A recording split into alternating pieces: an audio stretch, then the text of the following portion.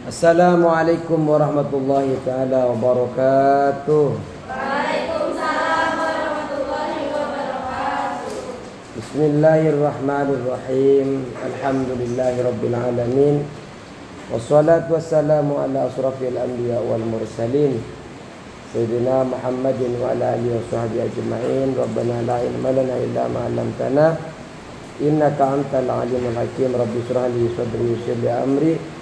Wahlul 'uqdatam min lisani yafqahu qawli. Amma ba'du. Kita sampai mana?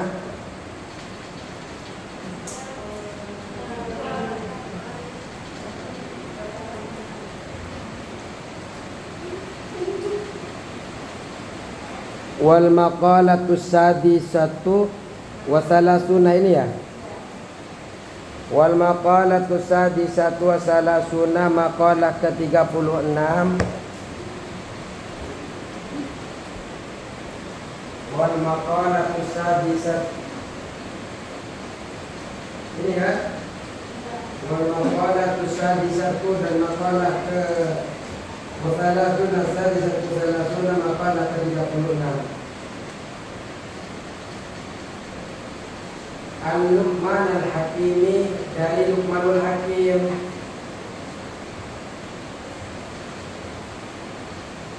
Al-Luqman al-Hakimi, dari Luqmanul Hakim.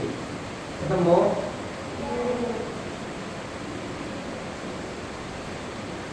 Dari Luqmanul Hakim, annahu qala, bahwasanya Luqmanul Hakim ini berkata, annahu qala, annahu bahwasanya Luqman, annahu bahwasanya Luqman qala berkata, qala berkata, libnihi, kepada anaknya.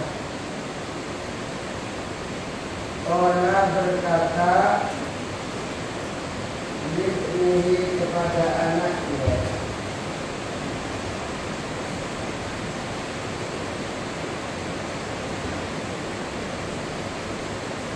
Apa yang dikatakan Luqman? Ya bunayya, wahai anakku. Ya bunayya, wahai anakku.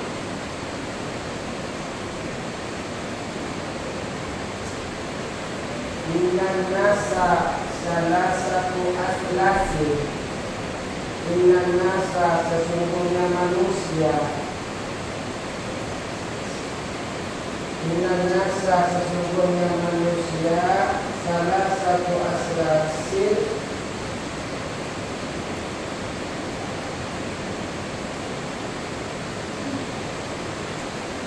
ada 3/3. Ada 3 dari 1/3.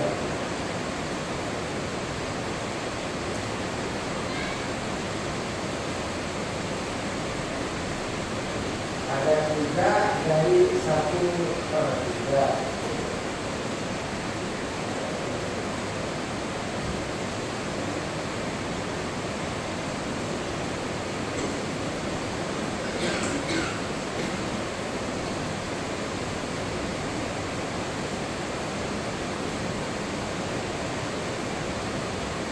Jadi manusia itu, yang ada di dalam diri manusia itu ada 3 dari 1/3.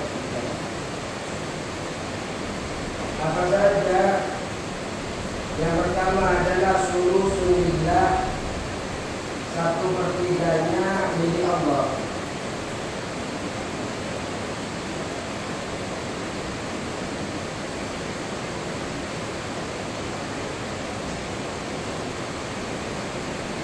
Sepertiganya milik Allah.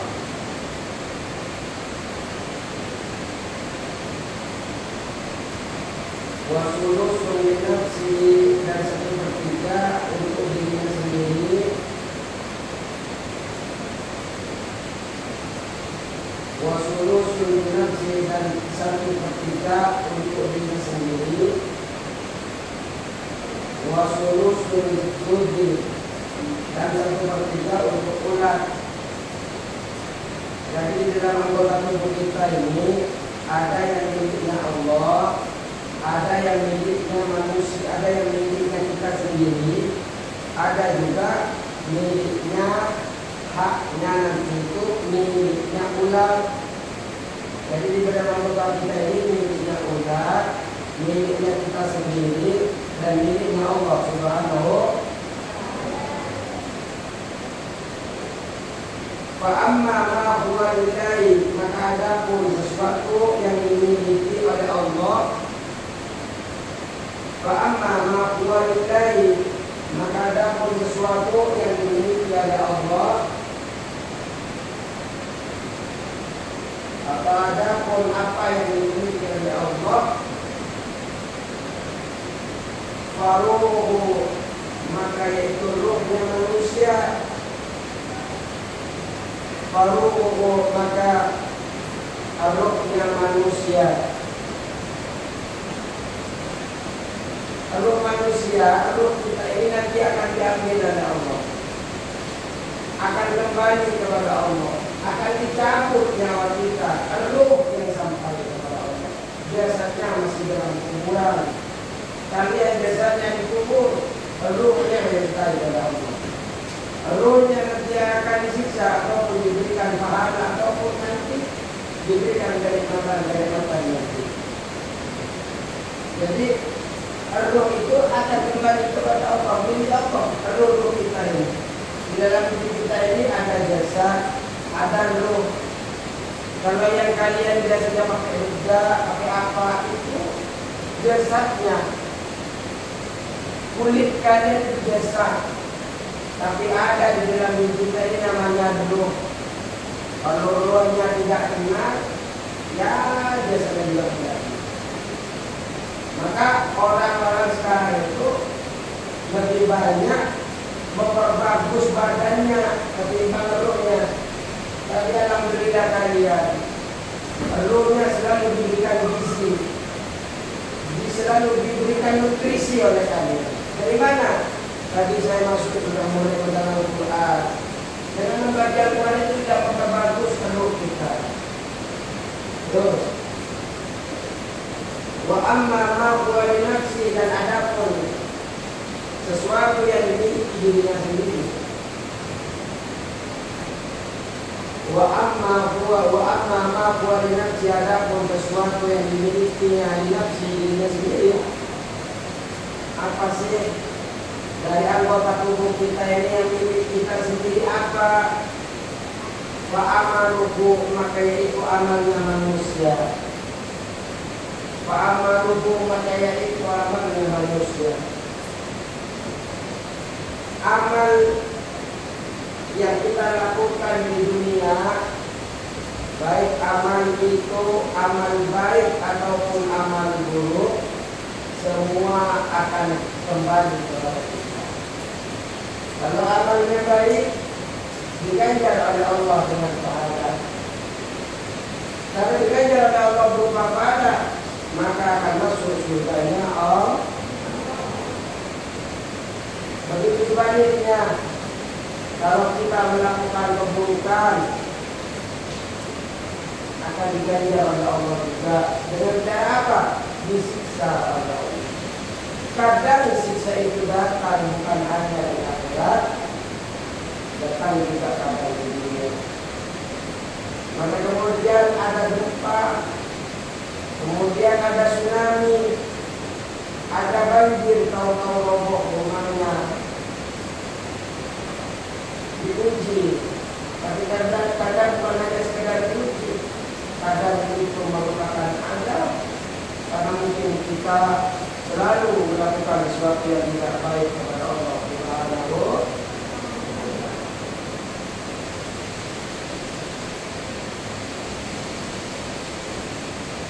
Wa amma ma huwa lidrubi, adapun sesuatu yang dimiliki oleh ular.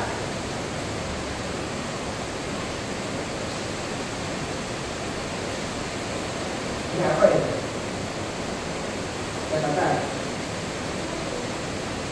Enak, dalam kata Kalau bab Anda.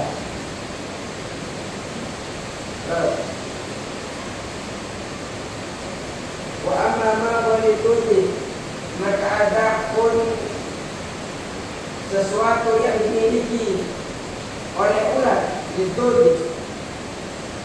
Apa yang dimiliki ulat dari kita? Fajismuhu, maka yaitu badannya manusia. Fajismuhu, maka yaitu badannya manusia.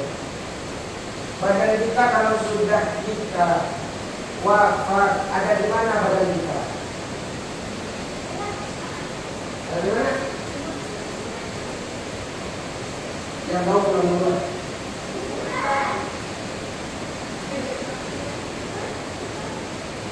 Kalau kita wafat, mati, meninggal, ada di mana badan kita?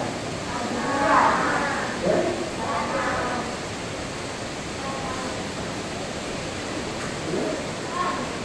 Ada di sana. Sana. Ada juga. Kuburan. Kuburan. Sana. Sana. Kuburan. Dalam tanah. Tanah. Tanah. Oh, tanah. Tanah. Baik kuburan ataupun tanah, benar semua. Alhamdulillah. Benar semua, kalian benar semua. Kalian bilang.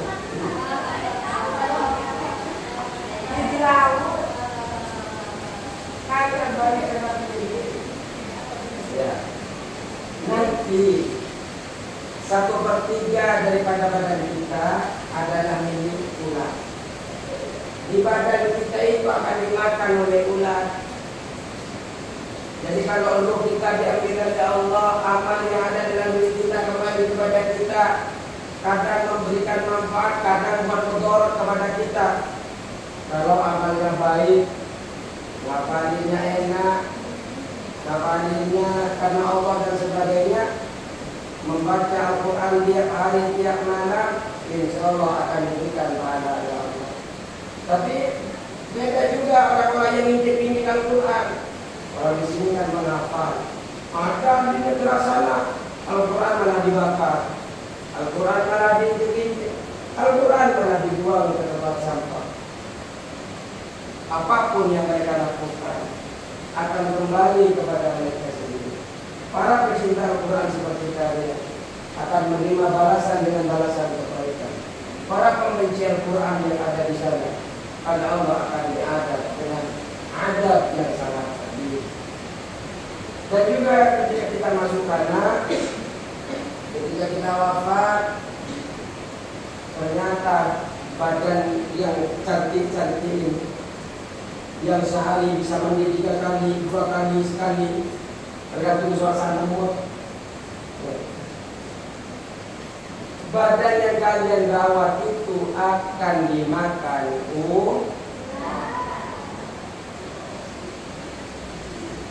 kalian capek-capek ngerawat pagi sebelum sekolah,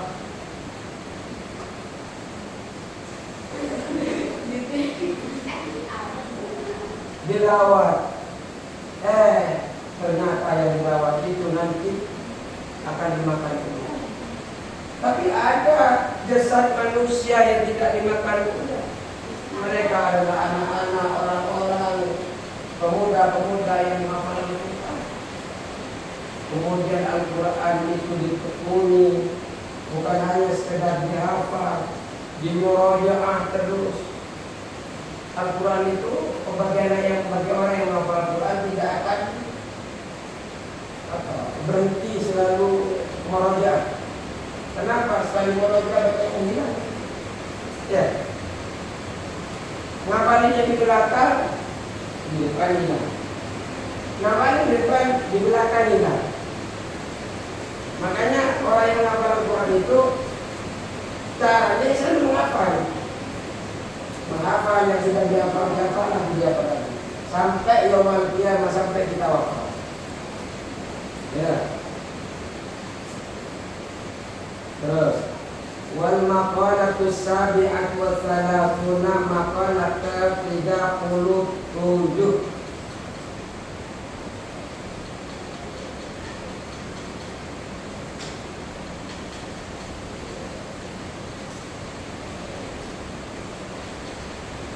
Makalah 37. Apa saja yang 37? Makalahnya yang makalah kamu 37 ini apa? An Ali dari Ali, An Ali dari Ali. Allah wajah semoga Allah memuliakan wajahnya.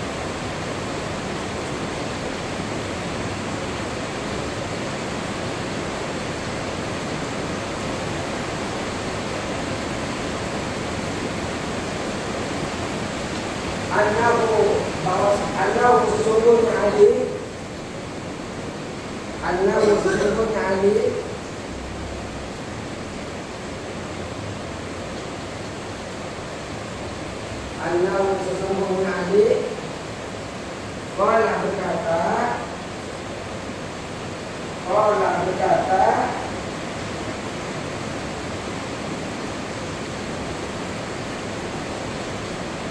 Salasun ada 3 perkara.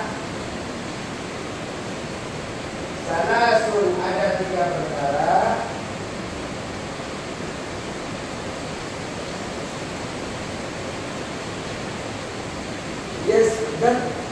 Yazidna fil hifdi, yazidna yang menambah. Yazidna yang menambah, jadi ada 3 perkara yang menambah. Yazidna yang menambah fil hifdi di dalam hafalan. Fil hifdi di dalam hafalan. Jadi ada 3 perkara yang bisa menguatkan hafalan. Jadi kalian nih sedang menghafalkan Al-Quran, biar hafalannya kuat, kerjakan 3 perkara ini. Wa yudhibna al-balghama, dan menghilangkan dahak. Wa yudhibna al-balghama, dan menghilangkan dahak. Biasanya dahak. Biasanya selawat kalau ada dahaknya kan di sini kurang nyaman. Yang belajar tartil ada dahak kurang nyaman. Ada 3 perkara bisa menguatkan hafalan, bisa menghilangkan dahak. Hafalan yang nggak cepet hilang. Kalian sudah ulang-ulang ikutin setiap pagi, setiap malam ngafalin, kok nggak hafal, besoknya hilang lagi. Ini ada resep yang diberikan oleh Sayyidina Ali. Bagaimana agar hafalannya kuat? Selain hafalannya kuat, dahaknya hilang. Tahu dahak? Apa? Kalau batuk biasanya tidak ada dahaknya.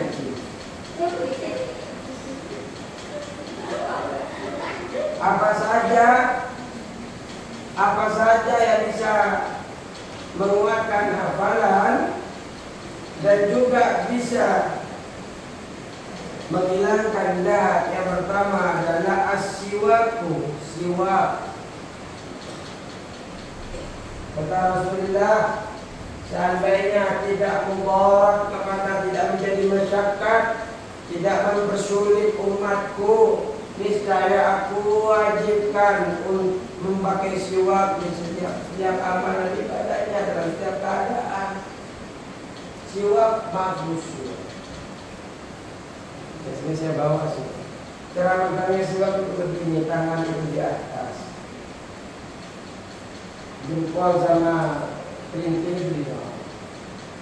Ketika pakai dimulai dari atas, angka 8 kembali. Ini masih atas. 3.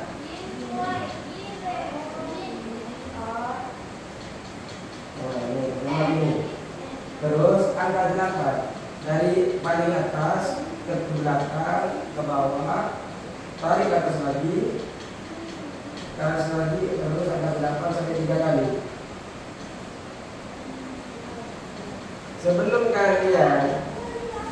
Sebelum siwaknya kalian pakai kalau baru beli atau nggak dikasih orang dari umroh, ininya gigit dulu hari dulu kayak kuas. Bukan pas punya siwak langsung dipakai, sakit giginya. Digigit lembut, dibuang dulu kulitnya, digigit. Kalau sudah lentur baru dipakai, cuci dulu baru dipakai. Angka 8. Itu bisa menguatkan apa? Belum lagi ternyata itu bisa membunuh kuman-kuman yang sering sakit gigi, yang sering kalian minum. Ternyata setelah ditetesin air daripada siwak, kuman-kuman itu pada mati. Kalau kalian yang nggak pernah pakai, dipakai lagi subuh begini, tubuhnya begini lagi. Ini sunnah. Jadi cuci, wudhu kalian bawa siwak, dibersihkan sebelum wudhu, dipakai, dicuci, ditaruh. Ya. Jadi yang sudah bisa begini, angka 8, 3 kali. 1, 2, 3. Nah setelah selesai langsung gini ke lidahnya. Kenapa? Dan lidahnya kotoran-kotoran lidahnya itu, dan juga lidahnya biar pas tidak membaca. Dicuci setelahnya. Kalau punya siwak pakai sendiri, jangan punya temennya dipakai. Kamu beli saya lupa ngerti jangan. Jadi satu siwak murah 5.000. Yang itu saya punya saya yang bagus sekarang itu 15.000 sama teman.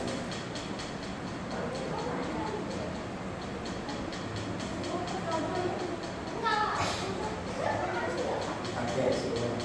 Kalau mau hafalannya kuat, apalagi kalian masih baru ini apa?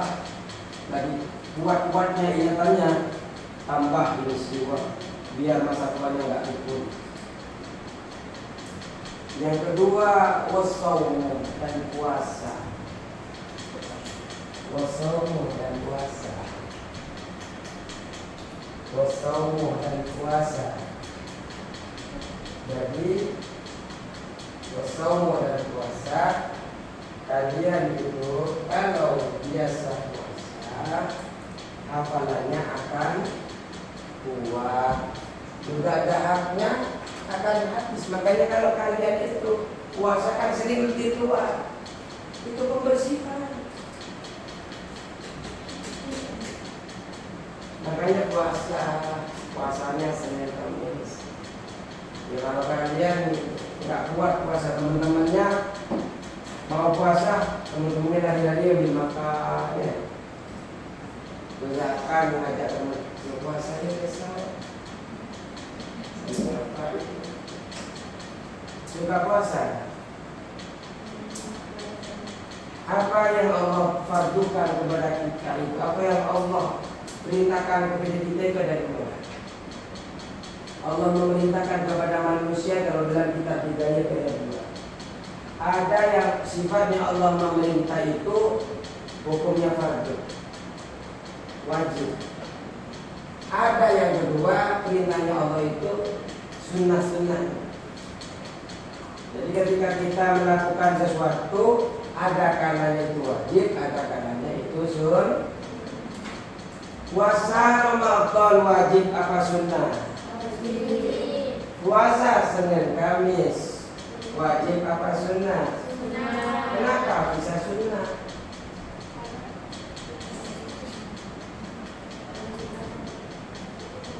Kenapa kalau Ramadan gak wajib? Tapi pas Senin Kamis kok dibilang sunnah? Sama-sama puasa, sama-sama gak minum, sama-sama gak makan. Kenapa?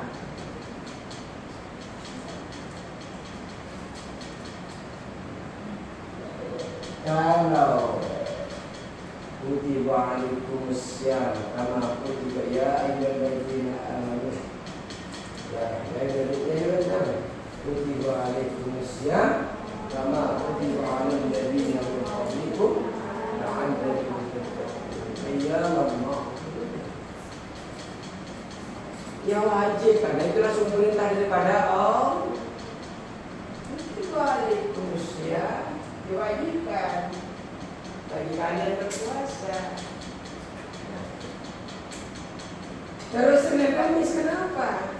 Senin Kamis ini tidak ada perintah dari Allah, cuma dikerjakan oleh Rasulullah.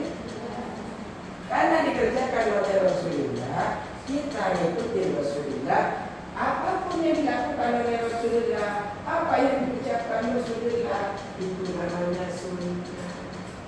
Kita ikuti, namanya ittiba, mengikuti sunnahnya Rasulullah. Dapat pahala. Baik. Itu yang kedua. Yang ketiga adalah wa qiraatul Qur'an, dan membaca Al-Qur'an. Membaca Al-Quran bisa memperkuat ingatan, apalagi kalian menghafal. Tidak semua orang bisa membaca, tidak semua orang bisa menghafal. Maka berbahagialah kalian santri-santriwati, karena kalian dipilih oleh Allah menjadi pejuang-pejuang Al-Quran yang selalu menjaga Al-Quran. Gak betah Ustaz, memang gak betah di pondok. Di pondok tidak. Ini betah semua. Betah. Betah. Oh, sendiri ya. Orang mana? Orang mana? Orang Bekasi. Bekasi. Betah, bisa didaftar lagi.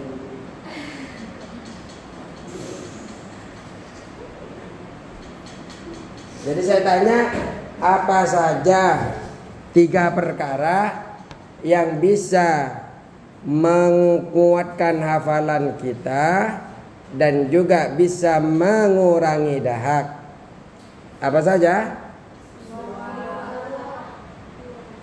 Siwak. 2, puasa. Hari ini puasa? Nah. Yang ketiga, kalian baca Al-Quran tidak? Sudah sampai juz berapa? Juz amma. Hafalannya beda-beda, ya. Mulainya dari awal atau dari belakang kalau ngapalin? Juz, hafal berapa juz?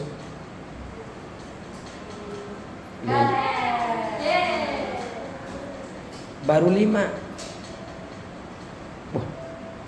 5 baru.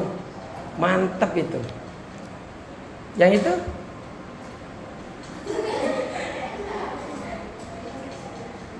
Wah. Enggak ingat hafal berapa? 10. Cukup sekian ya, semangat. Semangat kalian. Para pejuang-pejuang santriwati. Cukup sekian, wallahul muwaffiq ila aqwamit thoriq. Assalamualaikum warahmatullahi wabarakatuh.